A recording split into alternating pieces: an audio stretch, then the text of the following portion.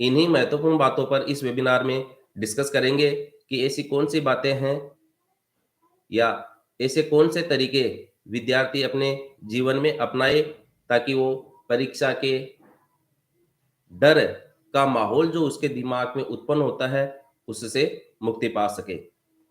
इसके लिए हमें सबसे पहले विद्यार्थी को यही सिखाना चाहिए कि जिस प्रकार हम अपने उत्सवों को मनाते हैं उसी प्रकार से जब साल भर आप तैयारी करते हैं तो साल भर बाद में जब आपकी एग्जाम आती है, परीक्षा आती है, तो उसको एक उत्सव के रूप में लेना चाहिए।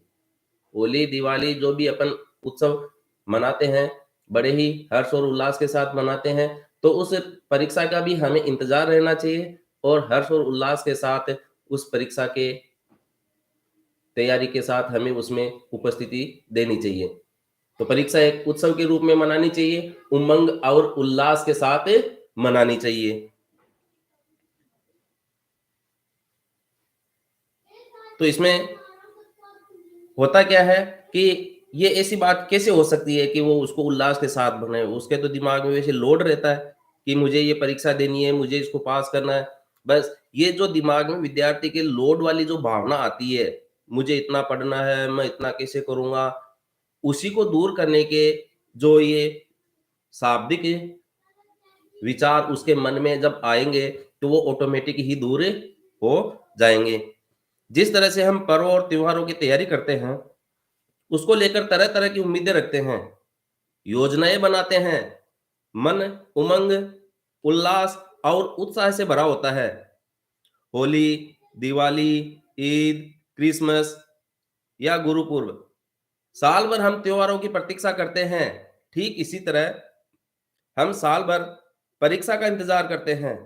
महीनों पहले से चर्चाएं शुरू हो जाती है, योजनाएं बनती है। त्योहारों के समान व्यक्ति के अंदर जो कुछ सर्वश्रेष्ठ है वह बाहर आता है। व्यक्ति और समाज की अच्छाइयों के दर्शन होते हैं।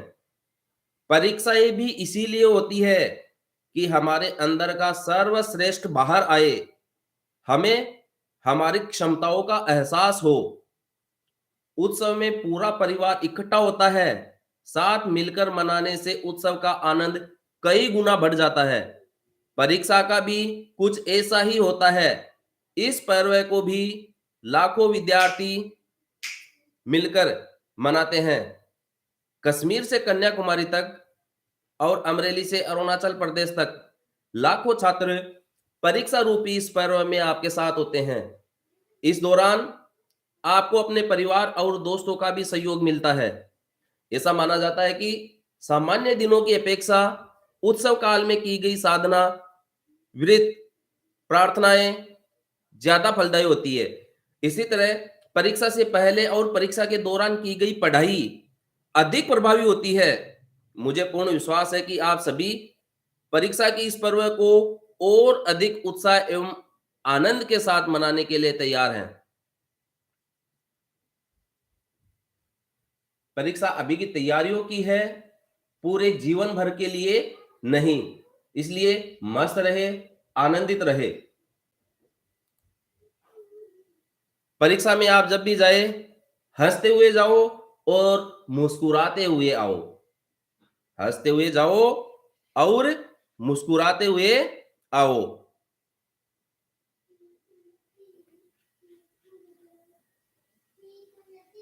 तो अब हम इस टॉपिक पर चर्चा करते हैं कि परीक्षा अभी की तैयारियों की है, पूरे जीवन भर के लिए नहीं। इसलिए हमें मस्त रहना चाहिए। साथियों, कड़ी के चलते परीक्षा के समय घर बाहर हर जगह से इतना दबाव होता है कि परीक्षा जीवन मरण का प्रश्न बन जाती है।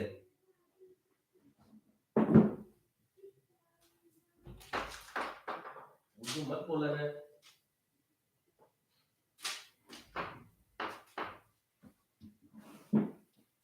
तो यहाँ बहुत बड़ा प्रश्न चिन्ह लग जाता है कि परीक्षा ये जो है विद्यार्थियों के लिए जीवन मरण का प्रश्न बन जाती है। परीक्षा और ऐसा लगता है कि इसमें असफलता मतलब सब कुछ खत्म है और हमें विद्यार्थी के मन से ऐसे ही विचारों को बाहर निकालने के लिए उसको योग्य बनाना है कि अगर आप परीक्षा में असफल होते हैं इसका मतलब आपका सब कुछ खत्म नहीं होता है, क्योंकि ये एक परीक्षा आपके जीवन का निर्धारण नहीं करती है। इस जीवन में बहुत सारे ऐसे काम हैं जिनमें कर कर आप अपने जीवन का गुजारा सकुशल कर सकते हैं। परीक्षा जीवन मरण का प्रश्न नहीं है। अपनी योग्यता को कभी भी किसी बोझ तले दबने ना दे, विशेष रूप से परीक्षा में असफलता के डर से। पूर्व राष्ट्रपति और महान वैज्ञानिक डॉक्टर एपीजे अब्दुल कलाम को कौन भूल सकता है? क्या आप जानते हैं डॉक्टर कलाम फाइटर पायलट बनना चाहते थे, लेकिन वे अपने उस सपने को पूरा नहीं कर पाए थे। अगर उन्होंने उसी एक विफलता से हार मान ली होती, तो क्या वे इतने महान वैज्ञानिक बन पाते जिस रूप में हम आज भी उन्हें याद करते हैं? सोचिए, अगर कलाम साहब न होते तो आज भारतीय परमाणु कार्यक्रम की दिशा क्या होती? इस घटना से हम क्या सीखते हैं? एक टेस्ट या परीक्षा पूरे जीवन की कहानी नहीं लिख सकती है। जीवन अनंत संभावनाओं से भरा हुआ है। ठान लीजिए, कोई भी विफलता आपके सपनों की उड़ान में बाधा न बन पाए। चुनौतियों से सीखना, संकल्पों को सिद्धियों में बदलना, नया इतिहास गढ़ना, यही तो जीवन है।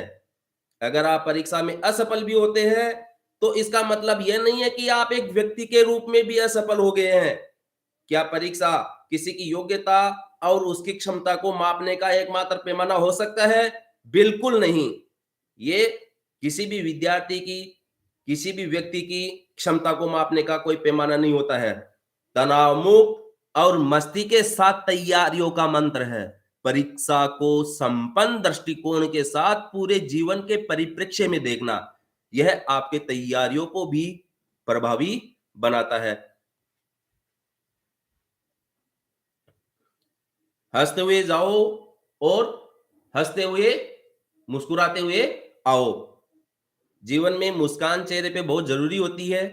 जब भी परीक्षा में जाओ, हंसते हुए जाओ, गुनगुनाते हुए जाओ और उसी माहौल से वापस लौट कर आओ। हाँ, अभी जो हम कह रहे हैं वो एकदम सही है।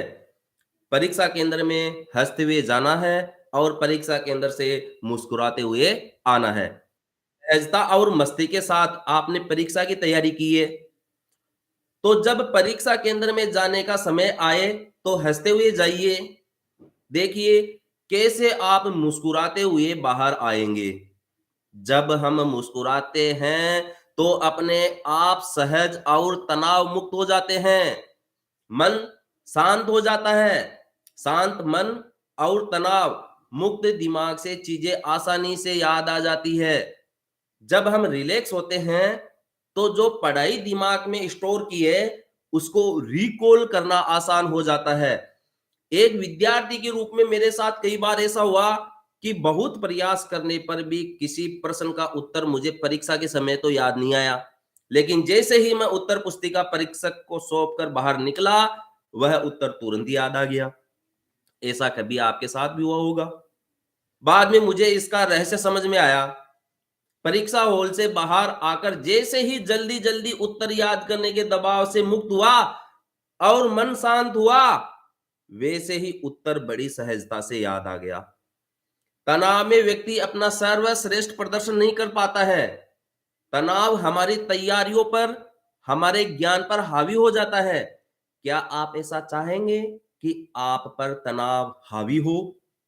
तनाव मुक्त शांत मन केवल परीक्षा की ही नहीं, बल्कि संपूर्ण जीवन की सफलता की कुंजी है। इसलिए याद रखें, रिलैक्स टू रिकॉल। परीक्षा केंद्र में हंसते हुए जाओ और परीक्षा केंद्र से मुस्कुराते हुए आओ।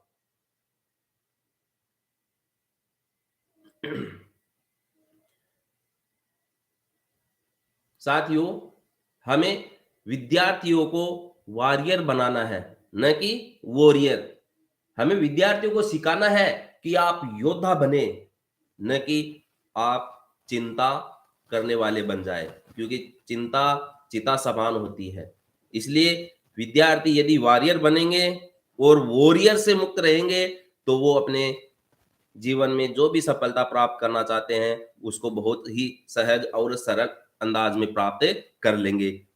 हम में से प्रत्येक के जीवन का एक उद्देश्य होता है, प्रयोजन होता है। महान कार्य करने के लिए हमारा जन्म हुआ है। हमें बच्चों को याद दिलाना है कि दिमाग में ये नहीं रखना है कि हमारे घर वालों के पास कुछ नहीं है। अरे हमारे घर वालों ने हमें जन्म देकर ये धरती, ये दुनिया हमें उपहार के रूप में दे दी है। अब जैसी योग्यता और प्रयोजन हम रखेंगे, वैसा ही हम दुनिया के अंदर प्रस्तुत करेंगे। ये दुनिया आपकी नज़रों के सामने है, जीतो इस पर राज करो। सारी चुनौतियों और अवसरों के बीच हमें यह करना ही है। यही नियति है। आने वाला कल युवाओं का है। एक बार जब परीक्षाओं के बारे में मैं बात कर रहा था, तो एक श्रोता की बात मुझे बहुत अच्छी लगी। उन्होंने लिखा कि हमारे विद्यार्थी वॉरियर नहीं वॉरियर बने। देखिए, हमें योद्धा बनना है, जीवन से लड़ना है, न कि चिंतित होना है। मजेदार बात ये कि जीवन का सबसे बड़ा डर यह होता है कि अब आगे न जाने क्या होने वाला है, जिसे फियर ऑफ द अननोन भी कहते हैं। परीक्षा के समय चिंतन, मनन अच्छी बात है, मगर इस चिंतन को चिंता नहीं बनने देना है। परीक्षा के समय गंभीर दिखना एक फैशन नहीं बन जाए, इसका कोई लाभ नहीं है। गंभीर दिखने से आप सहानुभूति पा सकते हैं, सफलता नहीं। प्रसन्नचित्त रहो, क्योंकि गंभीर दिखने के लिए आपको कोई अंक नहीं मिलने वाले हैं। इस बात को याद रखना, गंभीर दिखने के लिए आपको कोई अंक नहीं मिलने वाले हैं। आखिर क्यों परीक्षा की कल्पना का चित्र गंभीर विद्यार्थी, सख्त अभिभावक और चिंतित शिक्षक ही बने? बचपन से हम ऐसे वीरों की गाथाएं सुनते आए हैं जिन्होंने कड़ी चुनौतियों का सामना बड़े साहस और धैर्य के साथ किया है। इन्हीं लोगों ने इतिहास रचा है। यही आज भी हमारे प्रेरणा स्रोत है। अब रानी लक्ष्मीबाई का उदाहरण ही ले लीजिए। देश के पहले स्वतंत्रता संग्राम में जब शत्रुओं की सेना कुछ ही दूरी पर थी, तो उनके सामने दो विकल्प थे, या तो वे जंग लड़े या फिर हथियार डाल दे। वॉरियर बने या वॉरियर बने। जिन्होंने निडर होकर उस चुनौती का सामना करने का निर्णय किया, आज भारत के गौरवशाली इतिहास में महान स्वतंत्रता सेनानी के रूप में उनका नाम सुनहरे अक्षरों में दर्ज है। मेरे लिए यह एक यादगार क्षण है जब मैं 2017 में ब्लाइंड T20 वर्ल्ड कप की विजेता क्रिकेट टीम से मिला। उनसे प्रत्येक खिलाड़ी अपने आप में एक प्रेरणा स्रोत था। उन्होंने जीवन में कई मुश्किल परिस्थितियों और बाधाओं का सामना किया था, और विषम परिस्थितियों के बाद भी हार नहीं मानी। जीवन एक खेल के मैदान, दोनों जगहों में वे विजेता रहे। यही बात परीक्षा पर भी समान रूप से लागू होती है। इसलिए चिंता छोड़ो और चुनौतियों से लड़ो। वॉरियर नहीं, वॉरियर बने।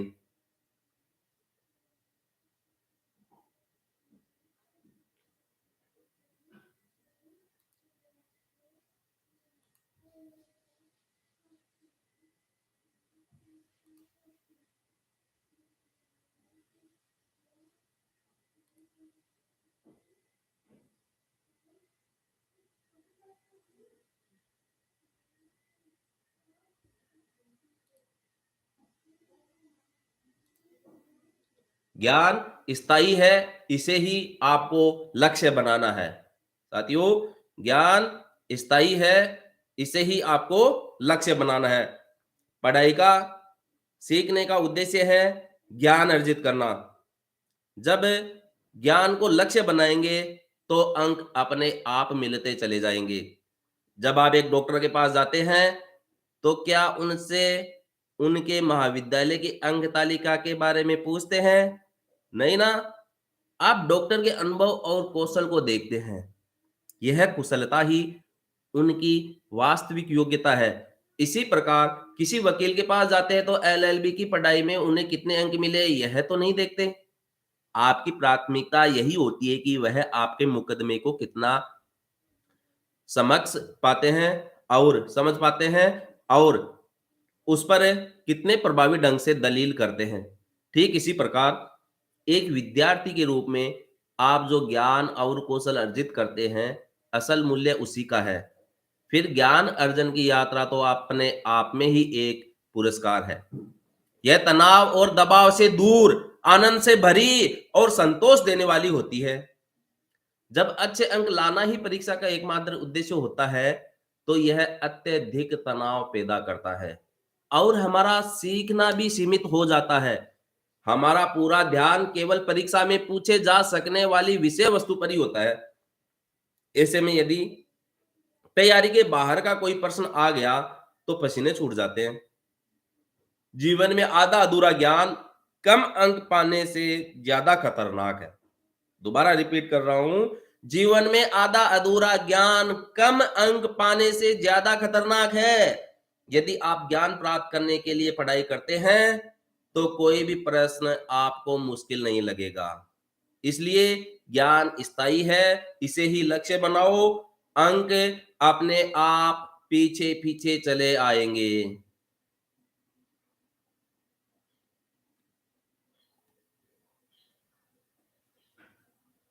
अब बात करते हैं अपन प्रतिस्पर्धा नहीं, अनुस्पर्धा करे।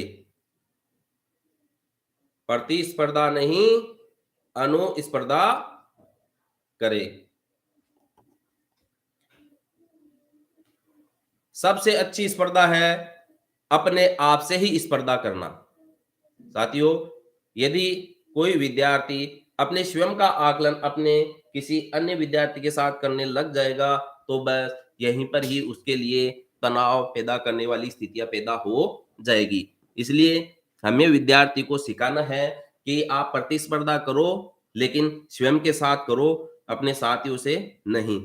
क्योंकि सबके दिमाग की क्षमताएं अलग अलग होती है और उन क्षमताओं को वो आगे बढ़ाते हैं, लेकिन वो किस प्रकार से स्वयं अभ्यास करके, प्रयास करके, उस पर काम करके अपनी क्षमताओं को बढ़ाता है, ये सब उस विद्यार्थी पर निर्भर करता है जो दूसरे विद्यार्थी से भिन्न होता है। इसलिए एक विद्यार्थी को हमें हमेशा यह बताना चाहिए कि कौन कमजोर है, कौन होशियार है, उससे तुलना नहीं करनी है। स्वयं का आकलन करो कि हम कहाँ हैं, हमने आज क्या सीखा, हम आगे क्या सीखने वाले हैं और हमें आगे क्या सीखना है, हमें कहाँ तक जाना है। आज मैंने इतना काम कर लिया, तो कल मैं इससे ज्यादा करूंगा। तो प्रतिस्पर्धा जो है विद्यार्थी को स्वयं के साथ करना सिखानी है। आपको किस स्थिति में अधिक आनंद आता है?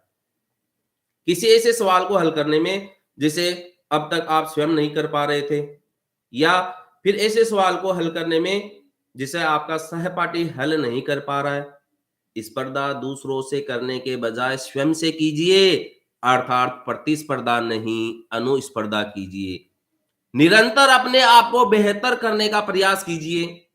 कड़ी मेहनत और लगन से अपने ज्ञान, कौशल और क्षमताओं का लगातार विकास और विस्तार कीजिए। तैयारी करते समय उन आयामों पर ज्यादा ध्यान लगाइए जहां आपको सुधार की आवश्यकता है। रिपीट करूं, तैयारी करते समय उन आयामों पर ज्यादा ध्यान लगाइए जहां आपको सुधार की आवश्यकता है।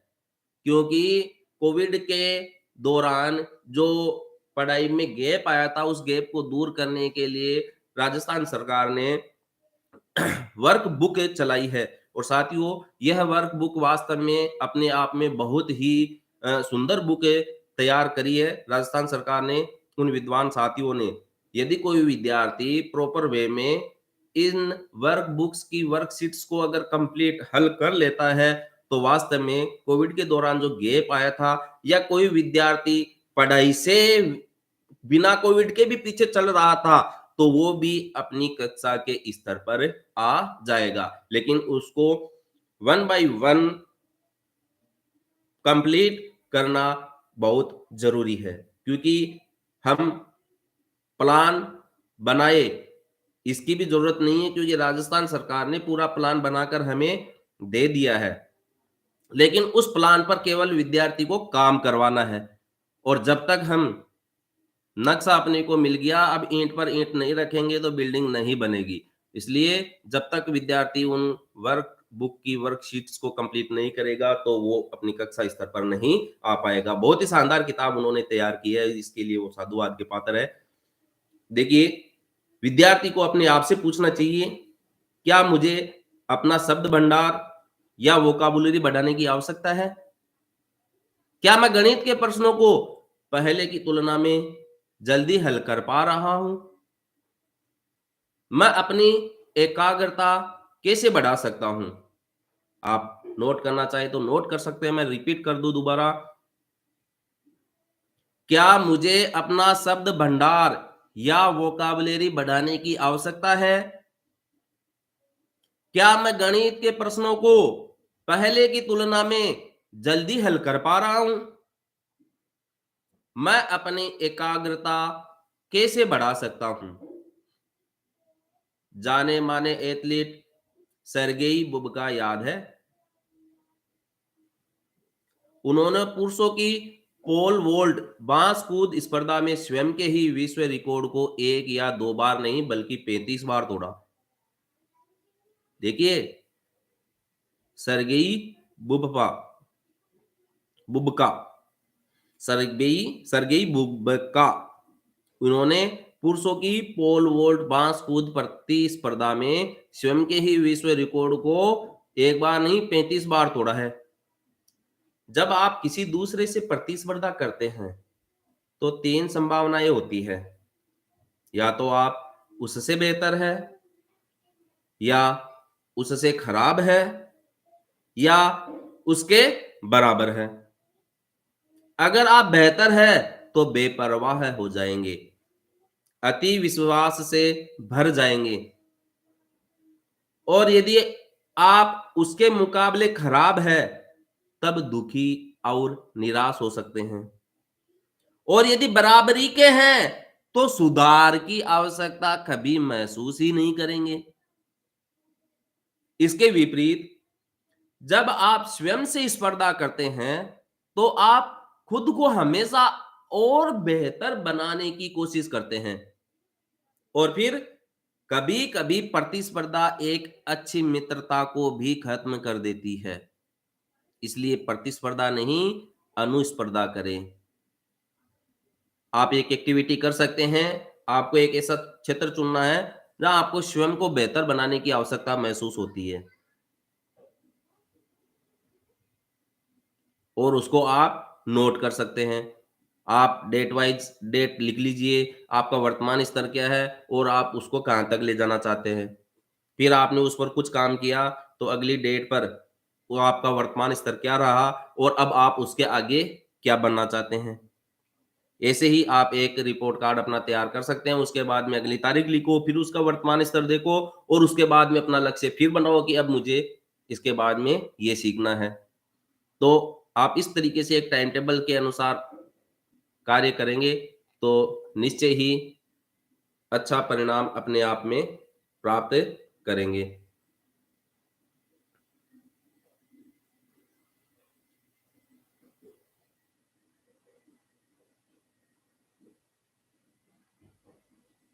अब अपन चलते हैं आगे।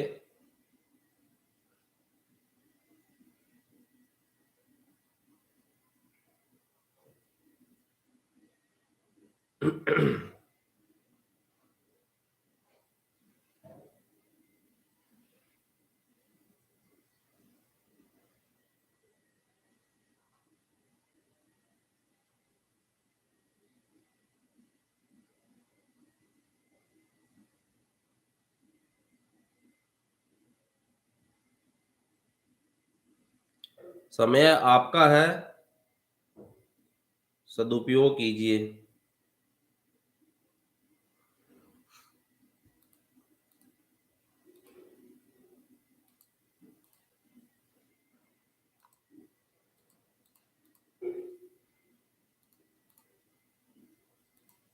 समय आपका है, सदुपयोग कीजिए।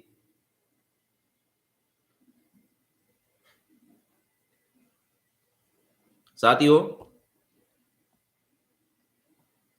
विद्यार्थियों को हमें टाइम मैनेजमेंट, टाइम टेबल के अनुसार अध्ययन करने की आदत डलवानी चाहिए, क्योंकि एक बिना नक्शे के अपन एक बड़ी बिल्डिंग का निर्माण करने की कल्पना करें तो वो हमें बहुत असंभव लगती है। यदि एक विद्यार्थी को हमें एक अच्छे ज्ञान के साथ उसको आगे अपने देश निर्माण में सहयोग दिलवाना है तो टाइम टेबल उसकी लाइफ स्टाइल में होना बहुत जरूरी है। यदि टाइम टेबल किसी विद्यार्थी के साथ नहीं है और वो अध्ययन कर रहा है, तो मानकर चले कि वो अपने लाइफ की प्लानिंग को बहुत पीछे छोड़ रहा है। तो टाइम टेबल यानी कि टाइम मैनेजमेंट हो गया। समय प्रबंधन का एक नाम अनुशासन भी है। परीक्षा में अच्छे प्रदर्शन के लिए सही समय प्रबंधन अत्यंत महत्वपूर्ण है। वैसे तो हर दिन हर किसी के लिए 24 घंटे का ही समय होता है, लेकिन उन 24 घंटों में कौन कितना काम करेगा, कैसा परिणाम लाएगा, यह व्यक्ति की क्षमता पर निर्भर करता है। यानी एक दिन में प्रभावी समय हर एक के लिए अलग अलग होता है। हम कैसा परिणाम लाएंगे, यह हमारे कौशल, हमारी क्षमताओं के अलावा हमारे समय प्रबंधन पर भी निर्भर करता है। बेहतर समय प्रबंधन से हमारी क्षमताओं का पूरा उपयोग हो जाता है। इसलिए टाइम मैनेजमेंट एबिलिटी मैनेजमेंट भी है, अर्थात यह अपने अंदर की क्षमताओं को निखार कर जीवन को गढ़ने का एक साधन भी है। विद्यार्थी एक टाइम टेबल तैयार कर निश्चित कर सकते हैं कि उनके 24 घंटे का अधिकतम उपयोग कैसे होगा। टाइम टेबल बन जाने के बाद में पूरी दृढ़ता से उस दिनचर्या का पालन करें। जिस काम के लिए जितना समय दिया है उस दौरान मन, शरीर और बुद्धि से पूरी तरह से उसी पर ध्यान केंद्रित रखें। आरंभ में कुछ कठिनाइयां आ सकती है, लेकिन कुछ ही समय में टाइम टेबल का पालन करना आपके लिए सहज हो जाएगा और यह आसानी से आपकी दिनचर्या का हिस्सा बन जाएगा। जब बहुत सारे कार्यों का दबाव एक साथ आकर इकट्ठा हो जाता है, तो फिर उससे निपटना आसान नहीं होता। टाइम टेबल का एक लाभ यह भी है कि हम एक समय में एक ही विषय पर ध्यान केंद्रित करते हैं, न कि हर समय बहुत सारे कार्यों के बारे में सोचकर परेशान होते रहते हैं।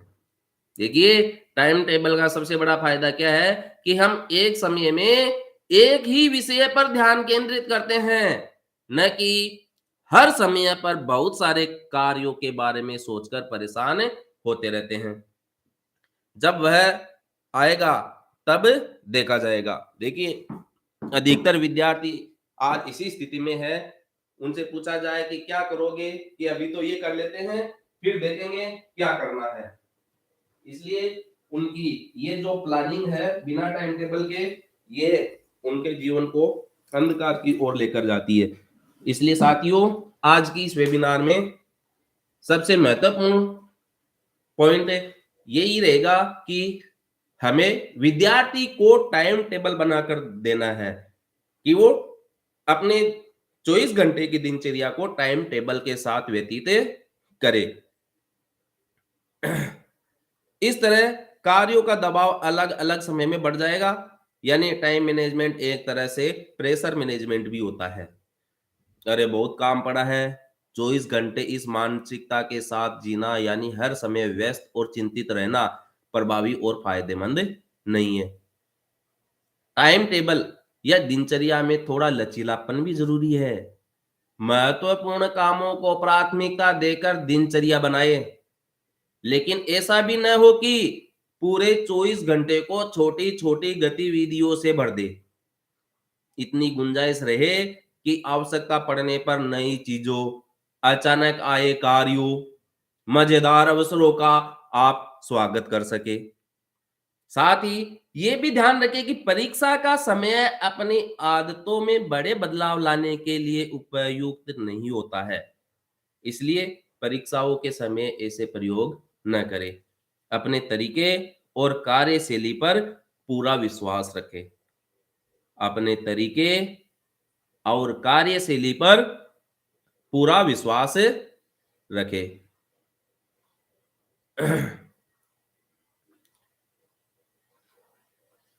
ईश्वर का जो सर्वोत्तम उपहार हमें जो मिला है, वह है वर्तमान। वो क्या है? वर्तमान। ईश्वर का सर्वोत्तम उपहार वर्तमान है, इसलिए वर्तमान में जिए। देखिए साथियों, इसको हम बहुत अच्छे से देखेंगे और इस पर हम अपने मन को विश्वास भी दिलाएंगे कि क्यों वर्तमान में जीना जरूरी होता है। आप वर्तमान में क्या कर रहे हैं या क्या करना चाहते हैं, इस बात पर आप फोकस करें। यदि वर्तमान में करने वाले काम का विचार आपके दिमाग में चलने वाले विचार से मेल खाता है, तो आप वर्तमान में जी रहे हैं। साथियों, वर्तमान में करने वाले काम का विचार आपके दिमाग में चलने वाले विचार से यदि मेल खाता है, तो आप वर्तमान में जी रहे हैं। हमें विद्यार्थियों को ये चीज सिखानी है। और अगर ये घटना घटित नहीं होती है, वर्तमान में जो काम कर रहे हैं दिमाग में भी वही विचार नहीं आ रहा है, तो ऐसी स्थिति में देखो क्या होता है। प्राय क्या होता है कि लोग या तो अतीत में उलझे रहते हैं या फिर भविष्य के सपनों में, आशंकाओं में डूबे रहते हैं। वे वर्तमान में जीना ही भूल जाते हैं। वर्तमान एकमात्र ऐसा समय है जहां कुछ कर दिखाने का अवसर ठीक हमारे सामने खड़ा होता है। वर्तमान एकमात्र ऐसा समय है जहां कुछ कर दिखाने का अवसर ठीक हमारे सामने खड़ा होता है। बहुत बार आपने देखा होगा कि जब हम पढ़ने बैठते हैं तो खेल का मैदान याद आता है, और जब खेल के मैदान में होते हैं तो पढ़ाई की चिंता सताती है। फिर दोनों ही काम ठीक से नहीं होते।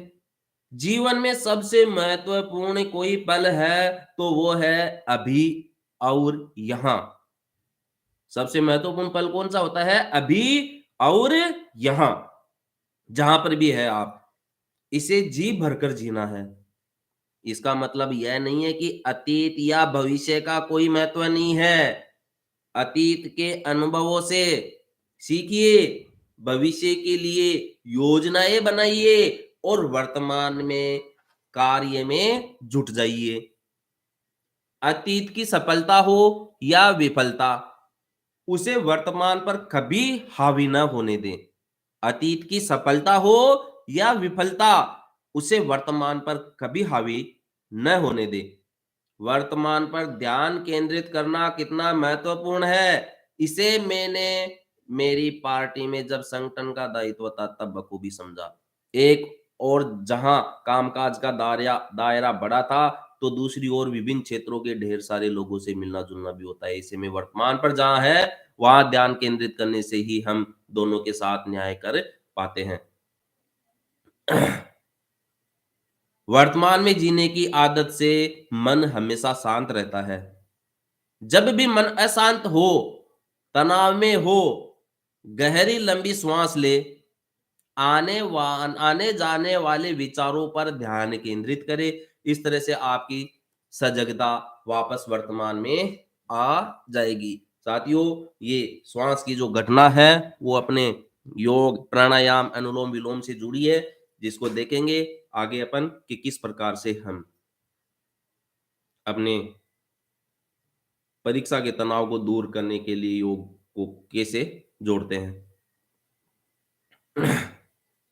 देखिए साथियों, एक क्रिकेट का जब खिलाड़ी होता है वो खेल रहा होता है, तब क्या उस गेंद के बारे में सोचता है जिसे वो पहले खेल चुका है, या उस गेंद के बारे में सोचता है जो वो खेलेगा? उस समय सिर्फ उसी गेंद पर उसका ध्यान केंद्रित रहता है जो उस समय उसके सामने आ रही होती है। अगर वो पिछली गेंद या अगली गेंद के बारे में सोचता रहा तो उस गेंद को कैसे खेलेगा जो अब उसके सामने आ रही होती है। तो वर्तमान में जीने के घटना का इससे अच्छा उदाहरण मैं आपको नहीं दे सकता कि खिलाड़ी जो होता है, अगर वो पूर्व की और जो आने वाली गेंद है उस पर अपना ध्यान केंद्रित करेगा, तो वो कैसे एक टीम को जिता पाएगा।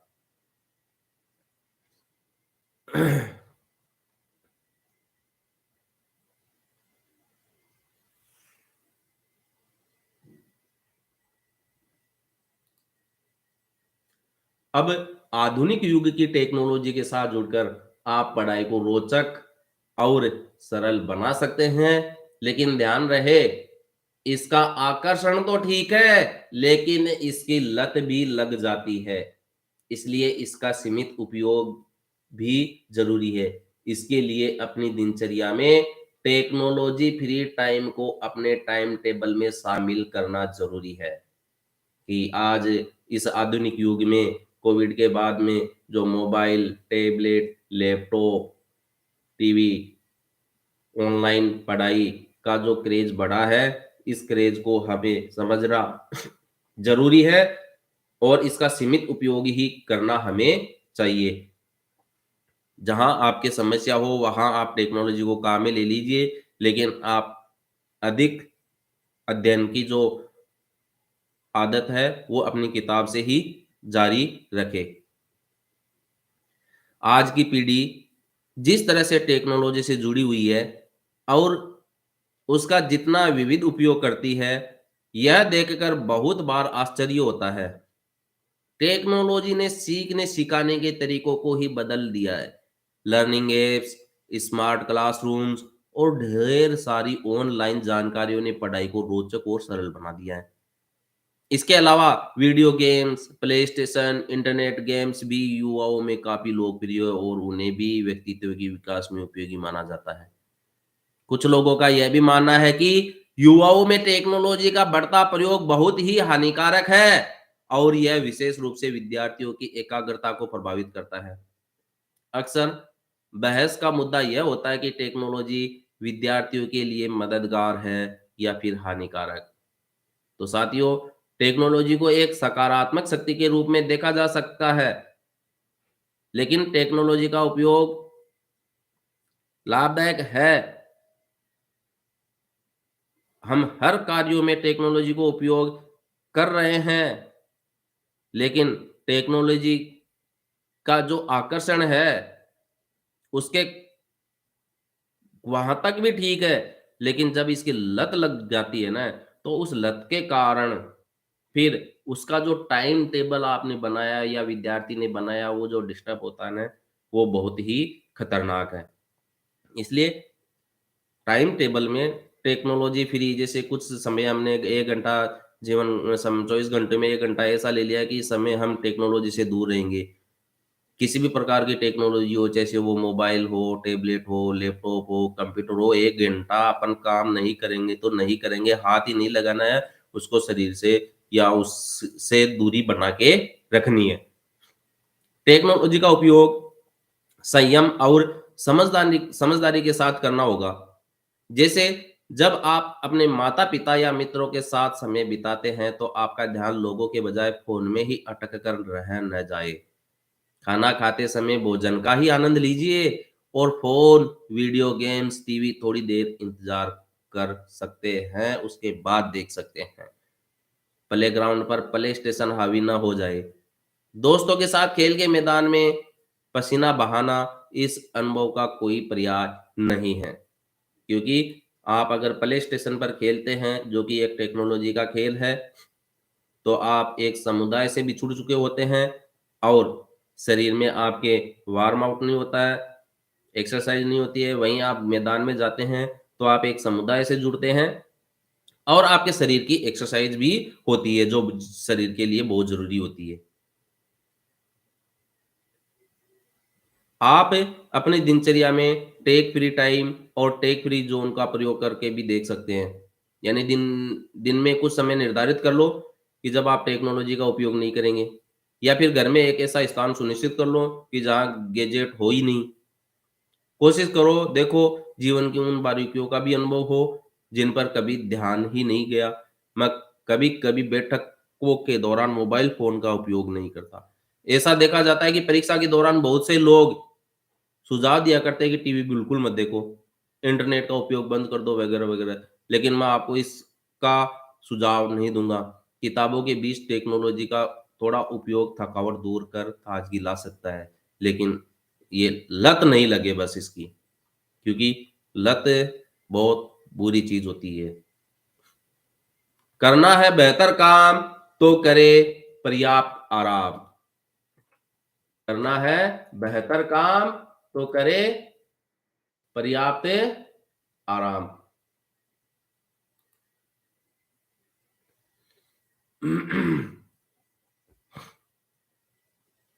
तो हर काम के बाद में पर्याप्त आराम बहुत लाभदायक, बहुत आवश्यक होता है। परीक्षा की लगातार तैयारी, तथ्यों को याद करना, गणित के प्रश्नों को हल करना, इन सब के बीच पर्याप्त आराम आवश्यक है।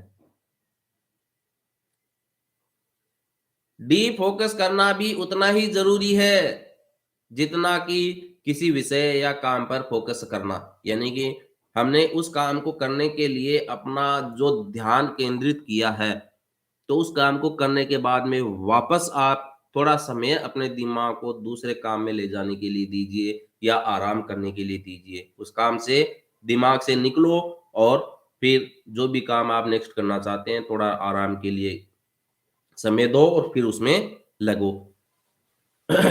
घंटों तक लगातार पढ़ाई के बीच थोड़ा ब्रेक या कहे अल्प विराम ताजगी और नई ऊर्जा लेकर आता है और एकाग्रता की क्षमता को भी बढ़ाता है। पढ़ाई से बीच बीच में अल्प विराम ले, संगीत सुने, कोई किताब पढ़े, लंबी गहरी श्वास लेने का अभ्यास करे, शरीर की मांसपेशियों को शिथिल करे, शवासन करे। इसकी विधि सीखिएगा आप शवासन की। बहुत ही कारगर आसन है ये। इतना कारगर आसन है, कितनी भी खतरनाक थकान आपके शरीर के अंदर हो, पूरा भरपूर अगर शरीर आपका थका हुआ है, तो इस शवासन को एक बार करने के बाद में आपके शरीर के अंदर जो थकान थी वो पूरी गायब हो जाएगी और वापस आप चुस्त, एकदम तंदुरुस्त हो जाओगे। बाहर हवा में पैदल घूमने जाए या अपने परिवार के साथ कुछ समय बिताए। कई लोग अपने पालतू पशु के साथ खेलना पसंद करते हैं। कमरे से बाहर निकलकर कुछ देर के लिए कुछ अलग करना आपको आराम देगा। हमारे शास्त्रों के अनुसार यह शरीर पंच महाभूतों यानी पृथ्वी, जल, वायु, आकाश और अग्नि से मिलकर बना है। जब हम इनमें से किसी भी तत्व के साथ जुड़ते हैं तो तरोताजा हो जाते हैं। सोच के देखिए, गर्मी में दिन भर की थकान के बाद स्नान, ठंड के समय खिली धूप का स्पर्श या फिर शीतल मंद हवाओं में टहलना, यह सब कैसे हमें तरोताजा कर देता है, एक नई ऊर्जा से भर देता है। बचपन में मैं अक्सर अपने गांव के तालाब में तैराकी का आनंद उठाता था। खुला आसमान, शांत पानी और हल्की हवाएं मुझे बड़ा आनंद देती है। प्रकृति के साथ एक रूप होना हमेशा ही व्यक्ति को ताजगी, उत्साह और आनंद से भर देता है।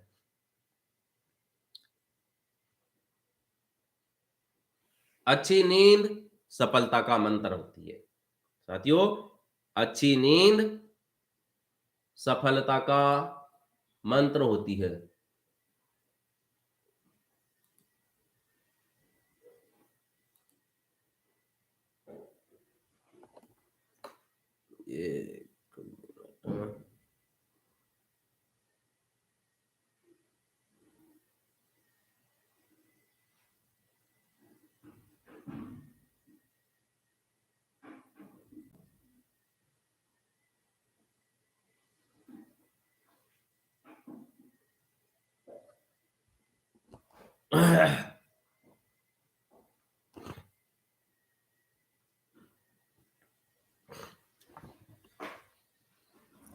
ये एक मिनट का विश्राम चाहता हूं।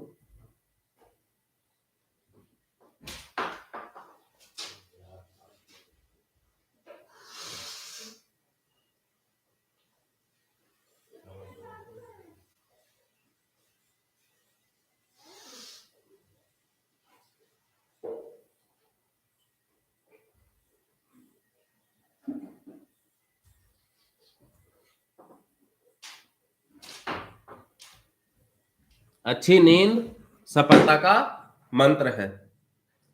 भले ही यह सुनने में थोड़ा अजीब लगे कि कोई परीक्षा के दिनों में सोने का सुझाव दे, परंतु यह अत्यंत महत्वपूर्ण है कि परीक्षा की तैयारी के साथ साथ पर्याप्त नींद ली जाए। मुझे अक्सर लोग पूछते हैं, आप दिन भर इतने सारे काम, इतनी व्यस्तता के बावजूद कभी थके हुए नहीं दिखते हैं, इसका राज क्या है? मैं कहूंगा कि इसका एक कारण मेरी अच्छी नींद भी है।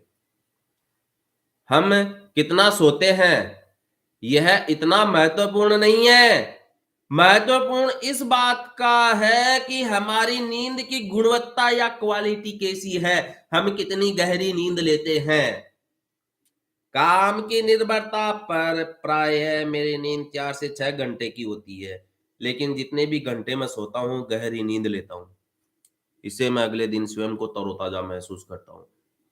मैं जब आराम करने के लिए बिस्तर पर लेटता हूँ तो कुछ ही पलों में गहरी नींद आ जाती है और सवेरे जब आँख खुलती है तो बिना किसी आलस के तुरंत ही बिस्तर छोड़ देता हूँ। ऐसा इसलिए भी होता है क्योंकि मैं बिस्तर पर चिंताएँ साथ लेकर नहीं जाता। अच्छा सोना अच्छे से सोचने की क्षमता देता है। जब थके होते हैं या नींद आ रही होती है तब सोचने की क्षमता कम हो जाती है। आराम के बाद तरोताजा मन अधिक प्रभावी ढंग से सोच पाता है। सजगता और एकाग्रता भी बढ़ती है। परीक्षा में नींद आ रही हो तो आसान प्रश्न पत्र भी कठिन लगने लगता है। अच्छी तैयारियों के साथ साथ एक अच्छी नींद परीक्षा में सफलता का मंत्र है।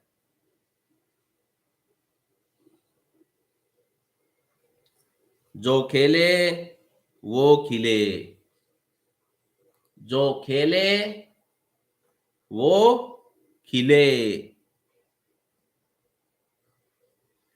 मैं हमेशा कहता हूं जो खेले वो खिले।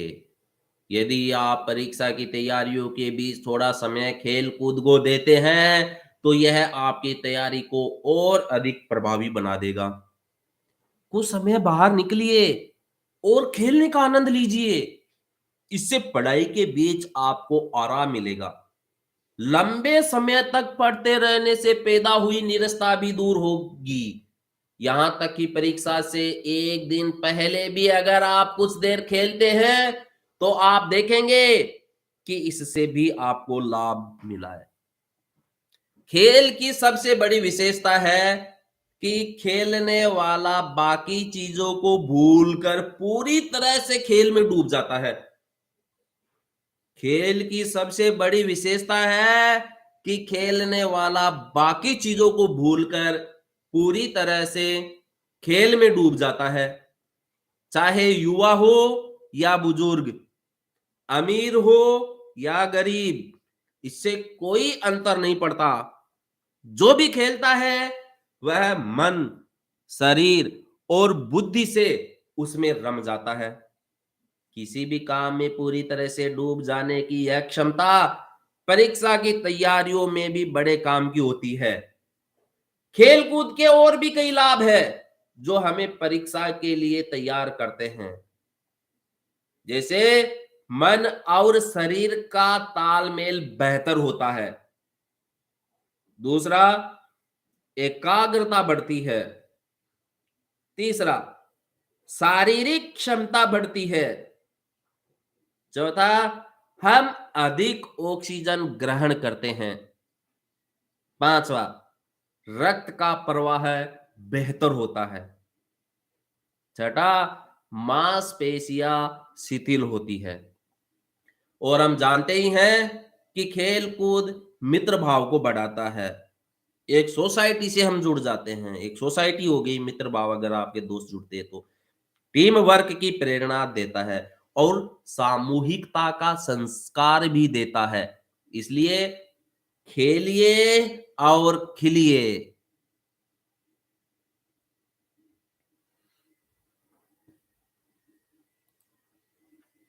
स्वयं को जानिए, अपनी क्षमताओं पर गर्व कीजिए, अपने आप पर विश्वास रखें और अफवाहों से बचे।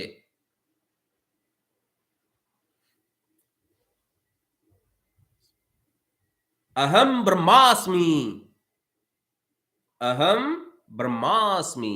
स्वामी विवेकानंद प्राय उपनिषद के इस मंत्र का उल्लेख किया करते हैं। वे कहते थे कि प्रत्येक व्यक्ति शरीर का ही प्रकटीकरण है, वह स्वयं ईश्वर है। हर एक में अनंत संभावनाएं छुपी हुई है। प्रतिदिन अपने इस वास्तविक स्वरूप का स्मरण कीजिए, यह आपको असीम आत्मविश्वास से भर देगा। आपकी योग्यता, आपका ज्ञान और आपकी तैयारी ही आपको सफल बनाने के लिए पर्याप्त है। स्वामी विवेकानंद की यह बात हमेशा याद रखें। अगर आपको 33 करोड़ देवी देवताओं पर भरोसा है लेकिन स्वयं पर नहीं, तो आपका उद्धार नहीं हो सकता। खुद पर भरोसा रखें, अडिग रहे और मजबूत बने। अपने आप पर विश्वास रखें और अफवाहों से बचे। कभी कभी परीक्षा के दिनों में प्रश्न पत्र को लेकर तरह तरह की बातें होती है, अफवाहें सुनने को मिलती है। इन सब पर ध्यान मत दीजिए, अपने विश्वास को डिगने मत दीजिए। अगर आपकी तैयारी अच्छी है तो इससे आपको कोई फर्क नहीं पड़ेगा। क्या आपने गोताखोरों को देखा है? जब वे पानी में ऊंचाई से छलांग लगाते हैं तो अपने आत्मविश्वास और बलबूते पर लगाते हैं, न कि इस उम्मीद से कि नीचे कोई उन्हें थाम लेगा। सब कुछ जान लेंगे तभी आत्मविश्वास पैदा होगा, ऐसा नहीं है। अपने छोटे छोटे गुणों, अपने कौशल और अपनी क्षमताओं को जान लेने से पैदा होता है आत्मविश्वास। अपने छोटे छोटे गुणों, अपने कौशल और अपनी क्षमताओं को जान लेने से पैदा होता है आत्मविश्वास। अपनी ही छुपी हुई क्षमताओं से साक्षात्कार का एक सरल तरीका है सेवा। जब हम निस्वार्थ भाव से दूसरों की सेवा करते हैं तो स्वयं की क्षमताओं का भी अनुभव होता है और अभूतपूर्व साहस आता है।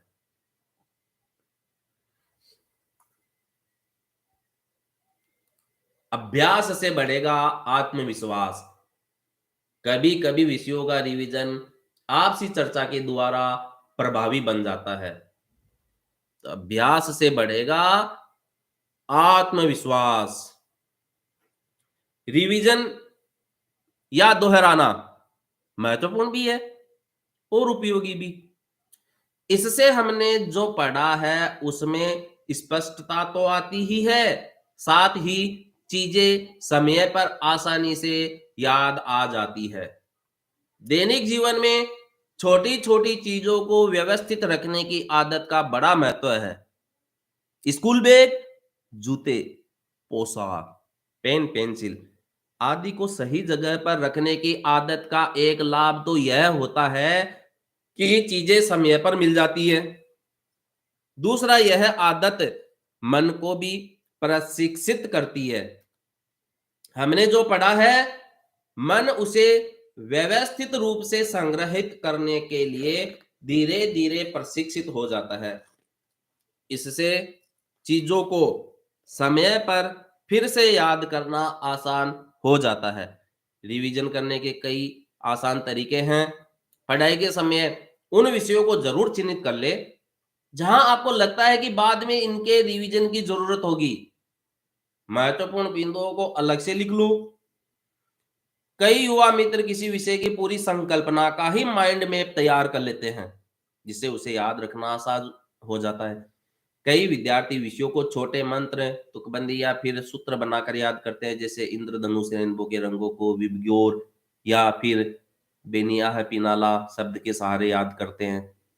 कभी कभी विषयों का रिवीजन आपसी चर्चा के द्वारा प्रभावी बना दिया जाता है।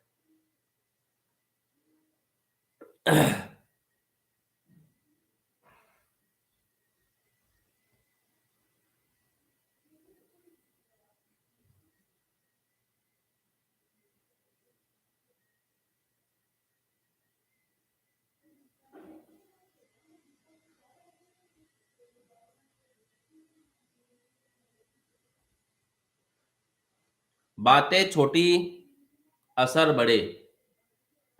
परीक्षा के अनुशासन का पालन कीजिए। बातें छोटी, असर बड़े। तो हमें परीक्षा के अनुशासन का पालन करना। देखो, आपने ये बातें कई बार सुनी होगी, लेकिन ये छोटी-छोटी बातें इतनी महत्वपूर्ण है कि मैं इन्हें एक बार फिर आपके साथ साझा करना चाहता हूँ। परीक्षा से 1 दिन पहले ही आवश्यक चीज़ों को इकट्ठा कर पूरी तैयारी कर लेनी चाहिए। जिन चीज़ों की परीक्षा में ज़रूरत पड़ेगी, जैसे पेन, पेंसिल, अन्य स्टेशनरी, प्रवेश पत्र, परिचय पत्र आदि, इनको व्यवस्थित रख लो, ताकि जल्दबाजी में कोई ज़रूरी चीज़ छूट न जाए। पहले से परीक्षा केंद्र और उसके रास्तों से भली-भाँति परिचित हो। परीक्षा केंद्र पर निश्चित समय से थोड़ा पहले पहुँचे। इससे परीक्षा से ठीक पहले आप हड़बड़ी में नहीं रहेंगे, फिर घबरा जाते हैं, जिससे परीक्षा पर विपरीत प्रभाव पड़ता है। परीक्षा के नियमों का अक्सर से पालन करो। वही चीज़ें लेकर जाएँ जिनकी अनुमति हो। उत्तर पुस्तिका मिलते ही लिखने की जल्दबाजी मत करो। प्रश्न पत्र के निर्देशों को शांत होकर कुछ समय अच्छे से पढ़ो। परीक्षा देकर घर आने पर यह सुनिश्चित कर लीजिए कि प्रवेश पत्र, परिचय पत्र जैसी आवश्यक चीज़ें आपने सँभाल कर रख ली है। इन सब की आवश्यकता आपको आगे पड़ सकती है। परीक्षा के समय में ऐसा कुछ भी करने से बचें, जिससे आप असहज ही न हो पाए असहज ही न हो पाए। बहुत बार कई विद्यार्थी परीक्षा के समय नए कपड़े पहन लेते हैं और असहज महसूस करते हैं। इसी तरह यदि आप नया पेन लें और उस पेन से अभ्यस्त नहीं हैं, तो परेशान हो सकते हैं। पेन सहित अन्य स्टेशनरी हो या फिर कपड़े वही रखें, जिनका प्रयोग आप पहले से करते आ रहे हैं। जितना सहज रहेंगे, उतना ही हड़बड़ी से बचेंगे। आपने ये बातें आपकी परीक्षा, आपके तरीके। आपकी परीक्षा, आपके तरीके। अपनी जीवन शैली अपनाएँ। क्या आपके सामने कभी ऐसा हुआ है, जब परीक्षा के बाद आपको लगा हो कि और भी बहुत कुछ लिख सकते थे, लेकिन समय ही नहीं बचा? परीक्षा के दौरान सही समय प्रबंधन आपको इससे बचा सकता है। ऐसा न हो कि आप किसी एक प्रश्न में ही उलझ कर रह जाएँ। ऐसी स्थिति में अच्छा होगा कि आप अगले प्रश्न पर बढ़ जाएँ। जिस प्रश्न का आप अभी उत्तर नहीं दे पा रहे हो, उसे बाद में हल करने का प्रयास करो। इस प्रकार हो सकता है कि आप किसी प्रश्न का उत्तर बहुत अच्छे से जानते हो और मन कर रहा हो कि लिखते ही जाए, लेकिन ध्यान रखिए कि समय सीमित है और अभी कई प्रश्नों के उत्तर देने हैं। प्रश्न के अनुरूप जो उत्तर अपेक्षित है, उतना उत्तर लिखिए और फिर अन्य प्रश्नों पर जो समय दीजिए। मुझे बताया गया कि कई परीक्षाओं में प्रश्न पत्र को पढ़ने के लिए प्रारंभ में 15 मिनट अतिरिक्त दिए जाते हैं। यह बहुत अच्छा समय होता है जब विद्यार्थी पूरे प्रश्न पत्र पढ़कर अपनी एक रणनीति बना सकता है। प्रत्येक प्रश्न को ध्यान से पढ़ो, विशेषकर जिनमें आंकड़े हो। यदि प्रश्न ही गलत समझ लेंगे तो सही उत्तर कैसे दे पाएंगे? हर प्रश्न समान रूप से आसान या कठिन नहीं होता। कुछ परीक्षार्थी जहां आसान प्रश्नों के उत्तर पहले लिखना पसंद करते हैं, वहीं कुछ जटिल प्रश्नों के उत्तर लिखने का कोई एक ही तरीका नहीं हो सकता है। परीक्षा की आवश्यकता के अनुसार आप अपनी शैली खुद बनाओ। प्रस्तुतिकरण महत्वपूर्ण है। पारंगत बनिए। प्रस्तुतिकरण महत्वपूर्ण है। पारंगत बनिए। आपके लिखे हुए उत्तर में विषय वस्तु की गुणवत्ता सबसे महत्वपूर्ण है। इसके साथ-साथ आप उसे कैसे प्रस्तुत करते हैं, यह भी मायने रखता है। यानी कि विषय का सही प्रस्तुतिकरण सोने पे सुहागा है। विषय का सही प्रस्तुतिकरण सोने पर सुहागा है। ऐसा न हो कि आपके लिखे उत्तर परीक्षक की ही परीक्षा ले। ऐसा न हो कि आपके लिखे उत्तर परीक्षक की ही परीक्षा ले। हमेशा सुनिश्चित करें कि आपके उत्तर आसानी से पढ़े जा सके। सुरक्षित, सुव्यवस्थित और सहज सरल भाषा में लिखे गए उत्तर किसी भी परीक्षक को प्रभावित कर सकते हैं। याद रखिए, परीक्षक आपको नहीं जानता है, वह आपका नहीं बल्कि आपकी उत्तर पुस्तिका का मूल्यांकन करता है। पन्ने का प्रभावी उपयोग, हाशिए का ध्यान,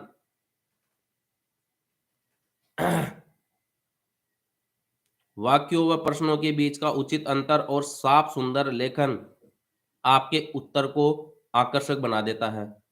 इस बात का भी ध्यान रखें कि प्रस्तुतिकरण के कारण परीक्षा में बहुत अधिक समय न चला जाए।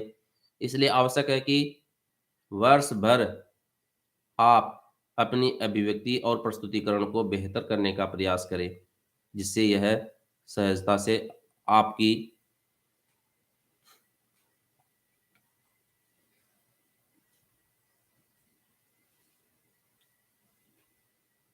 आदत बन जाए।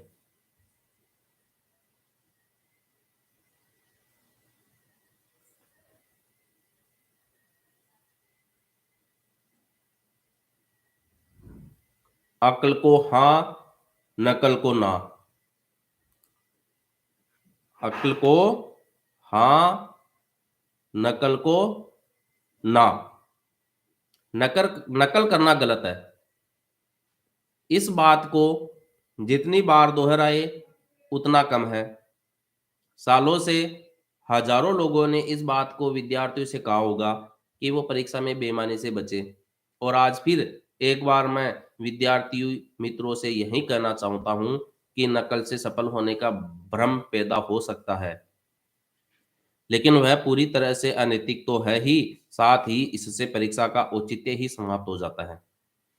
नकल करते हुए अगर आप पकड़े जाते हैं तो आपको दंड मिलेगा, और यदि बच जाते हैं तो यह आपकी आदत बन जाएगी।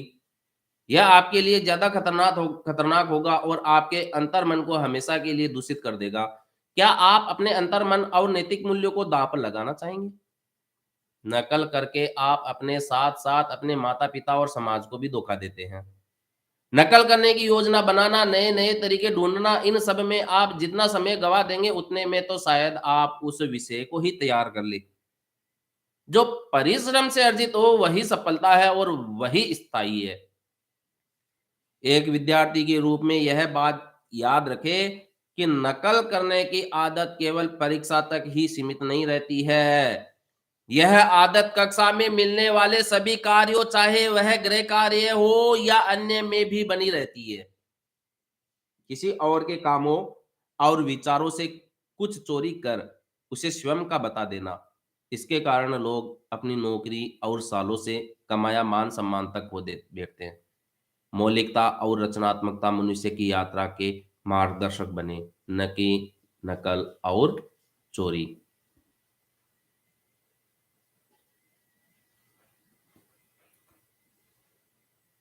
उत्तर पुस्तिका आगे बढ़ चुकी है, आप भी आगे बढ़े। उत्तर पुस्तिका आगे बढ़ चुकी है, आप भी आगे बढ़े। परीक्षा की सबसे अच्छी बात है, यह बस 2 से 3 घंटे में समाप्त हो जाती है। लेकिन विडंबना यह है कि खत्म होने के बाद भी दिमाग पर इसका असर बना ही रहता है। अक्सर हम देखते हैं कि परीक्षा देकर आने के बाद विद्यार्थी घंटों तक आपस में या परिजनों से उसके बारे में चर्चा करते हैं। किसने कितने उत्तर सही किए और कितने गलत, किसने कौन सा तरीका अपनाया और कौन सा नहीं, यह विश्लेषण चलता ही रहता है। जो परीक्षा हो चुकी है, उस पर घंटों तक चर्चा करने का कोई लाभ नहीं है। इसमें समय और ऊर्जा तो नष्ट होती ही है। अक्सर ऐसी चर्चाओं से आत्मविश्वास पर बुरा प्रभाव पड़ता है, जिससे अगली परीक्षा की तैयारी में भी आपकी कार्यशैली प्रभावित हो सकती है। कक्षाओं में जो मूल्यांकन होते हैं उनके बाद या फिर प्री बोर्ड के बाद इस प्रकार की चर्चा का विश्लेषण का लाभ मिल सकता है, जहां इसके आधार पर आप अपनी कमियों में सुधार या क्षमताओं का विकास कर सकते हैं। लेकिन अगर यही विश्लेषण फाइनल परीक्षा अथवा बोर्ड की परीक्षाओं के बाद किया जाए तो यह आपके मनोबल को तोड़ भी सकती है। उत्तर पुस्तिका जमा करने के साथ ही उसकी एक तरफा यात्रा शुरू हो जाती है। अगर आपने सही उत्तर लिखे हैं तो उनके बारे में सोचने की कोई जरूरत नहीं है। और यदि नहीं लिखे हैं तो भी उसकी चिंता करना व्यर्थ है। बुद्धिमानी इसी में है कि जो परीक्षा हो चुकी है उसका विश्लेषण करने के बजाय आने वाली परीक्षा की तैयारी में जुट जाओ। आपकी परीक्षाओं की तरह मेरी भी एक परीक्षा है। तैयारी करे, परीक्षा दे और आगे बढ़े। तैयारी करे, परीक्षा दे और आगे बढ़े। जीवन को जाने, स्वयं को पहचाने। जीवन को जाने, स्वयं को पहचाने। जब भी अवसर मिले अपने आसपास की दुनिया को देखे, गोते लगाए और खोजकर कुछ नया निकाले। हर पल नए नए अनुभवों से अपने जीवन को समृद्ध बनाए। जीवन को बढ़ते चले जाए। कभी चुनौती ले और बिना आरक्षण के ही किसी ट्रेन के जनरल डिब्बे में 24 घंटे यात्रा करें। जहां आप हमेशा ही खेलते हैं, वहीं खेलने के बजाय किसी और मैदान में जाकर नए लोगों के साथ खेले और नए मित्र बनाएं। कभी बाहर निकलिए और देखिए लोगों के जीवन का संघर्ष, उनका जज्बा और उनका संकल्प, और अपने जीवन की चुनौतियों को एक बार फिर तौल कर देखिए। अपने प्रयासों से किसी के जीवन में आए बदलाव से मिलने वाली संतुष्टि और आनंद अद्भुत ही होता है। सामाजिक कल्याण से जुड़ी किसी स्वयंसेवी संस्था के साथ सेवा कार्यों का अनुभव लीजिए। इससे आप में सेवा और करुणा की भावना जागेगी। अपने चिर परिचित सुविधाजनक वातावरण से बाहर निकलिए। जो आप हमेशा करते हैं उसे अलग ढंग से करने की कोशिश करें और कभी कुछ अलग ही करें। अपनी क्षमताओं के साथ नित नए प्रयोग कीजिए। यह आपको स्वयं को पहचानने का अवसर देगा। कई चीजें ऐसी होगी जिन्हें आप परीक्षा के चलते नहीं कर पाए, उन्हें करें। कोई वाद्य यंत्र, कोई नई भाषा या फिर कोई नया खेल सीखिए।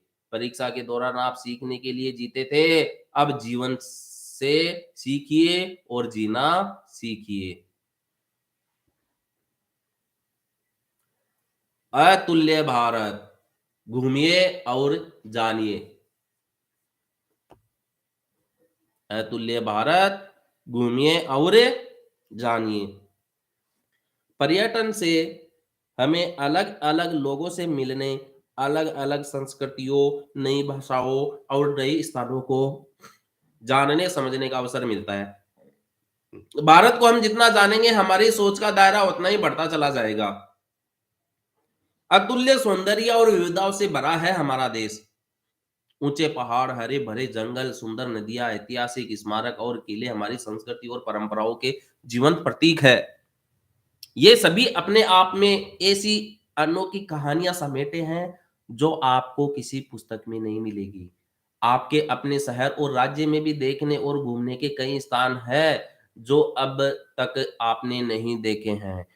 इन अनदेखे पहलुओं को जानिए, उन्हें अनुभव कीजिए। हो सकता है आपको ऐसे ऐसे अनुभव हो जाए जिनकी आपने कल्पना तक न की हो।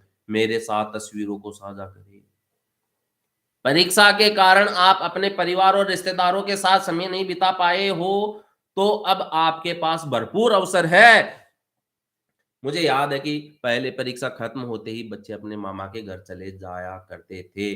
वहाँ सभी भाई-बहन आपस में मिलते थे और खूब मस्ती होती थी। एक रोचक पहल के बारे में मैं आपको बताता हूँ। देश की सांस्कृतिक विविधताओं को जानने, समझने और अलग-अलग राज्यों के बीच मेल-भाव बढ़ाने के लिए एक भारत श्रेष्ठ भारत अभियान की शुरुआत की गई है। इसमें कई ऐसी गतिविधियाँ हैं जो आपको बहुत पसंद आएगी। यहाँ पर विभिन्न राज्यों की भाषा सीखने, वहाँ के खान-पान का अनुभव लेने, संस्कृति को जानने के अनेक अवसर मिलते हैं। आप किसी दूसरे राज्य में जाकर वहाँ के लोगों के साथ रह सकते हैं, साथ ही उन्हें भी अपने राज्य में आने का निमंत्रण दे सकते हैं। मैं खुद को सौभाग्यशाली मानता हूँ। हमारे देशवासी अपनी-अपनी अलग विशेष पहचान के बावजूद एक है, यही तो है विविधता में एकता। एक यात्रा समाप्त, दूसरी शुरू।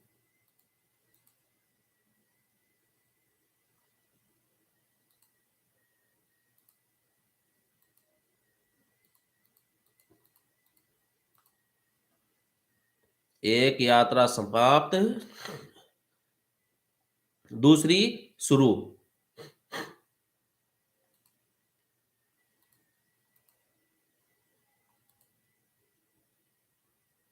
जीवन एक अविरत यात्रा है। बोर्ड की परीक्षाओं के बाद आप जीवन के एक नए पड़ाव पर होंगे। आपको उच्च शिक्षा के लिए विषय और विश्वविद्यालय चुनने होंगे। अपनी अंतः प्रेरणा, रुचियों और क्षमताओं के आधार पर इसका निर्णय ले और जुट जाए। कर्म योगी अपना भाग्य स्वयं लिखते हैं और अवसर उनके कदम चूमते हैं। आज हर तरफ अनेक अवसर है। कल तक जिनके बारे में सोचा भी नहीं जा सकता था, ऐसे क्षेत्र सामने उभर कर आए हैं। अब खेल को ही ले लीजिए। आप खिलाड़ी बन सकते हैं, खेल प्रबंधन में जा सकते हैं, खेल पत्रकारिता में जा सकते हैं, या फिर खेल उपकरण बनाने का व्यवसाय शुरू कर सकते हैं। जीवन में जो आपको सबसे अधिक प्रेरित करता है, जो कुछ भी आपका पैशन है, उसके अनुसार आप आज आपको ढेरों अवसर मिल जाएंगे। किसी और के जैसा बनने का प्रयास करने के बजाय अपना रास्ता खुद बनाना। हर एक व्यक्ति निराला है, विशेष है, और अपनी उसी विशिष्टता को पहचान कर उस क्षेत्र में मानव जीवन की ऊंचाइयों को छूने के लिए ही उसका जन्म हुआ है। कुछ बनने के नहीं, कुछ करने के सपने देखिए। कुछ बनने के नहीं, कुछ करने के सपने देखिए। जीवन भर में एक सरल मंत्र के साथ जिया हूं, कुछ बनने के नहीं, कुछ करने के सपने देखो। सामान्यतः कुछ बनने की इच्छा कई चीजों से प्रभावित होती है। कहीं परिवार की अपेक्षाएं, तो कहीं कभी चकाचौंध से भरे करियर का आकर्षण, या फिर साथियों से प्रतिस्पर्धा का दबाव, कभी प्रसिद्धि तो कभी पैसा और रुतबे की कोरी कल्पनाएं। इससे आप अपनी विलक्षणता से दूर हो जाते हैं और धीरे धीरे यह आपकी स्वाभाविक प्रतिभा को खत्म कर देती है। लेकिन कुछ बनने के बजाय कुछ करने की इच्छा जीवन के प्रयोजन का बोध कराती है। डॉक्टर, इंजीनियर या वकील बनने के सपनों के परे यह सोचिए कि मैं क्या करूं कि समाज में सकारात्मक परिवर्तन ला सकूं। यही आपके जीवन का प्रेरणा मंत्र बन जाएगा। जब कुछ बनना जीवन में हावी रहता है, तो जीवन हर समय अधूरा लगता है। हम हमेशा ही वेटिंग मोड में जीते हैं। जब जीवन में बनने के बजाय करना महत्वपूर्ण हो जाता है, तब हर पल कुछ करने का संतोष तो देता ही है, और करते करते बाय प्रोडक्ट के तौर पर हम कुछ बन भी जाते हैं। आइए बनने के बोझ के बजाय करने के संतोष के साथ जीवन को नई ऊंचाइयों पर ले चलते हैं। वे है, इसलिए आप है, कृतज्ञ रहे। वे है, इसलिए आप है, कृतज्ञ रहिए। आपकी सफलता केवल आपकी नहीं होती है। हर सफलता के पीछे जाने अनजाने अनगिनत लोगों का योगदान होता है। आपके माता पिता आपके जीवन को बेहतर बनाने के लिए जो कुछ कर सकते हैं, वह सब करते हैं। पग पग पर आपके भाई बहनों और पूरे परिवार का संबल मिलता है। शिक्षकों ने आपको ऐसी शिक्षा दी है जो आपके लिए संभावनाओं के अनेक द्वार खोलती है। एक शिक्षक विद्यार्थियों के जीवन को ही नहीं संवारता है, बल्कि राष्ट्र का निर्माण करता है। अपने विद्यालय के उन कर्म योगियों के बारे में सोचिए जो विद्यालय को साफ सुथरा रखते हैं, बगीचे की देखभाल करते हैं, या फिर उस दर्जी के बारे में सोचिए जिसने आपकी पोशाक तैयार की। जिस पुस्तक विक्रेता से आपने अपनी किताब कॉपियां खरीदी, उस बस ड्राइवर और कंडक्टर को याद कीजिए जो साल भर आपको सुरक्षित विद्यालय लाते ले जाते रहे हैं। अगर आप हॉस्टल में रहे हैं, तो खाना बनाने वाला रसोइया आपको जरूर याद आता होगा, जहां आज आप जहां हैं, वहां इन सभी के सहयोग और आशीर्वाद के बिना नहीं पहुंच सकते थे। उन अनगिनत लोगों के बारे में भी सोचिए जिनसे आप कभी नहीं मिले और शायद कभी मिलेंगे भी नहीं, लेकिन उनका आपके जीवन में महत्वपूर्ण योगदान है। वह किसान वह किसान जिसने पसीना बहाकर आपके लिए अन्न उपजाया है। वह श्रमिक जिसने तपती धूप और कड़ाके की ठंड में भी एक एक ईंट जोड़कर आपके पढ़ने के लिए विद्यालय की इमारत खड़ी की। ये गुमनाम नायक ही भारत के सच्चे निर्माता है, और हमें सा इनके प्रति कृतज्ञ रहना चाहिए। योग तंदुरुस्त शरीर और तेज दिमाग की चाबी है। योग तंदुरुस्त शरीर और तेज दिमाग की चाबी है, इसे अपनाएं। कुछ लोग समझते हैं कि योग ध्यान यह सब किशोरावस्था या जवानी में ही नहीं बल्कि बुढ़ापे में करने के लिए होता है। ये बात सच्चाई से कोसों दूर है। सजगता के साथ नियमित योगाभ्यास एक युवा के सर्वांगीण विकास के लिए महत्वपूर्ण है। योग से शरीर स्वस्थ और मन प्रसन्न रहता है। साथ ही यह दिमाग में अनवरत अनियंत्रित चल रहे विचारों की श्रृंखला को दिशा देकर हमारी एकाग्रता को बढ़ाता है। योगाभ्यास को अपनी दिनचर्या का हिस्सा बनाइए। सवेरे कर सके तो सबसे अच्छा होगा। जब हम अलग अलग आसन और प्राणायाम करते हैं तो मांसपेशियों में खिंचाव और दबाव के साथ साथ मस्तिष्क और धमनियों में रक्त का प्रवाह होता है। शरीर मजबूत होता है, एकाग्रता और स्मरण शक्ति बढ़ती है, आलस और निराशा खत्म होकर आत्मविश्वास बढ़ता है। यानी योग से एक विद्यार्थी के लिए परीक्षा में सबसे आवश्यक आत्मविश्वास, एकाग्रता और स्मरण शक्ति तीनों का ही विकास होता है। योग एक विद्यार्थी को शारीरिक रूप से हष्ट पुष्ट बनाता है, सभी द्वंद्वों से मन को शांत कर मानसिक रूप से दृढ़ भी बनाता है। संकल्प की ताकत बढ़ती है। इसके साथ ही मस्तिष्क को तेज कर बौद्धिक कुशाग्रता भी बढ़ाता है। योग से व्यक्ति का भावनात्मक विस्तार होता है और दूसरों के साथ जुड़ना आसान हो जाता है। मित्रों और समाज के साथ हमारे संबंध गहरे और प्रगाढ़ होते हैं। हम भावनात्मक रूप से संतुलित होते हैं।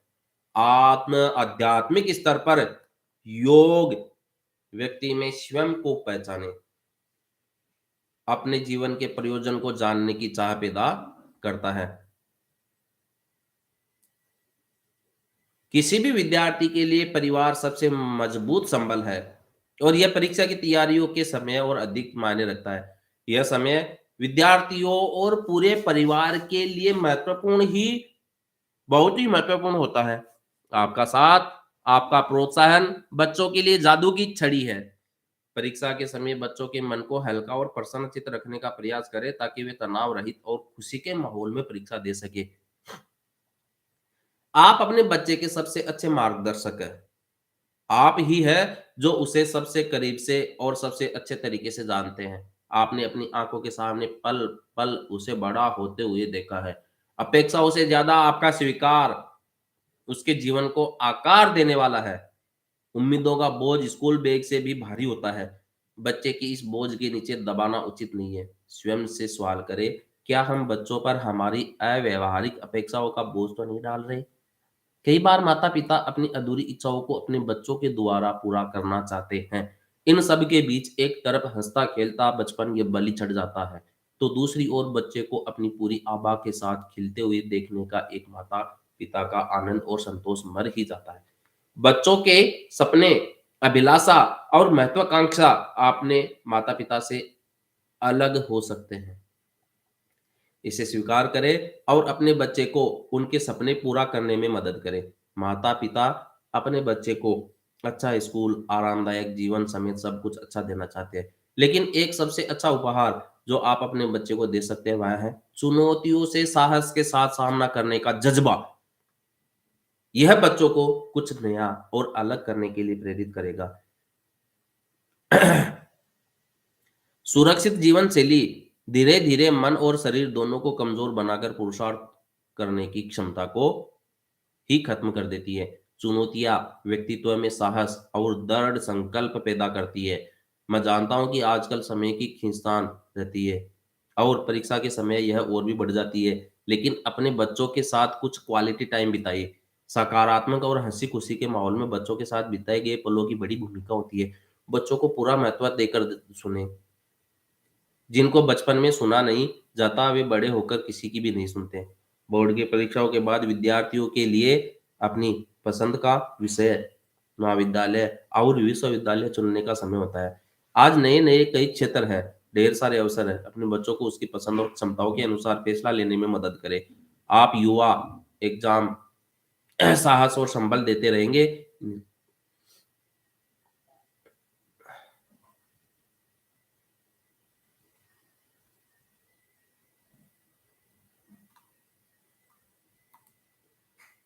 तो इस प्रकार से परीक्षा पूर्व तैयारियों की तनाव प्रबंधन को लेकर आज की इस वेबिनार में हमने कई अलग-अलग महत्वपूर्ण बिंदुओं पर चर्चा करी। जिला शिक्षा एवं प्रशिक्षण संस्थान झालरापाटन, जिला झालावाड़ आपका धन्यवाद ज्ञापित करता है। आप इसे